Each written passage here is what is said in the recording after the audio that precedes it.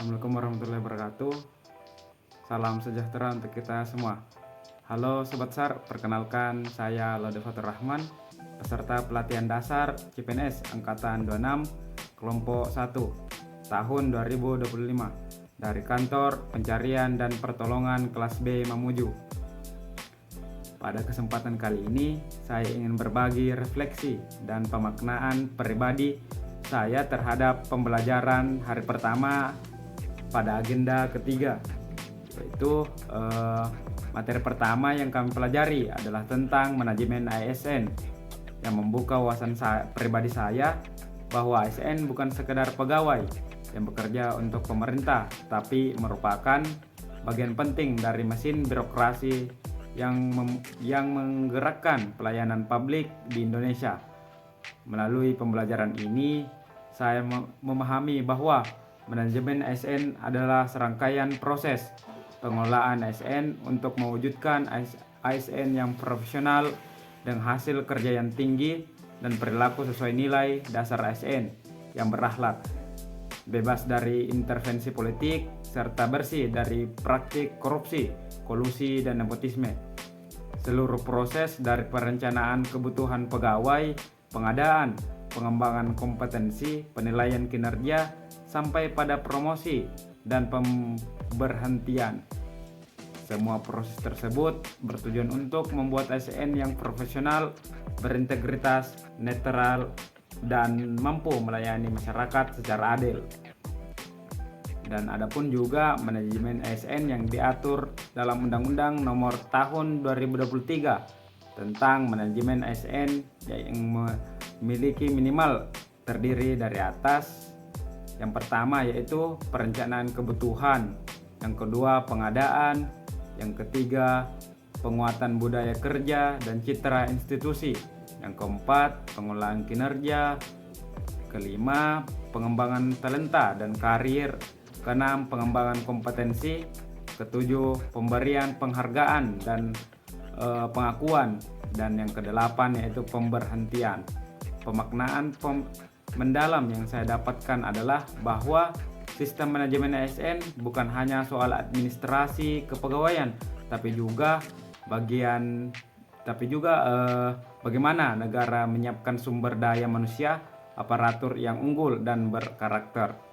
Saya menyadari bahwa sebagai ASN memiliki tanggung jawab besar untuk terus belajar, beradaptasi, dan menunjukkan kinerja terbaik agar kehadiran saya memberi nilai manfaat bagi masyarakat luas.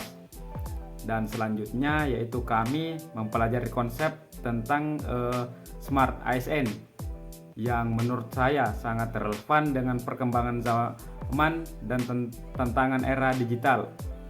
Khususnya untuk Gen Z sekarang, Smart ASN digambarkan sebagai ASN yang melek teknologi, adaptif terhadap perubahan, dan mampu memanfaatkan inovasi digital untuk meningkatkan pelayanan publik.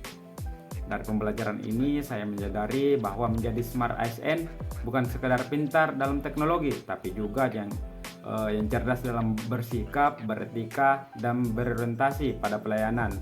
Bagi saya pribadi, Smart ASN adalah wujud nyata dari ASN masa depan. Mereka yang tidak hanya mengikuti arus digitalisasi, tapi mampu mengendalikan dan memanfaatkan teknologi secara bijak dan untuk kemajuan bangsa.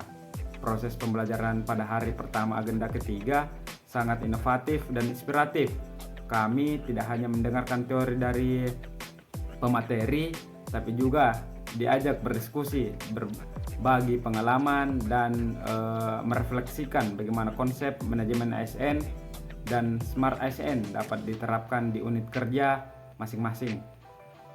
Saya merasa pembelajaran ini membuka pola pikir baru bahwa menjadi ASN bukan hanya bekerja sesuai perintah, tetapi juga harus memiliki visi, inovasi, dan semangat kolaboratif. Substansi yang paling saya banggakan dari hari ini adalah pentingnya membangun kompetensi dan karakter secara seimbang, karena ASN yang cerdas tanpa akhlak yang tidak akan kehilangan arah, sementara ASN yang berakhlak tanpa kompetensi akan kehilangan daya saing.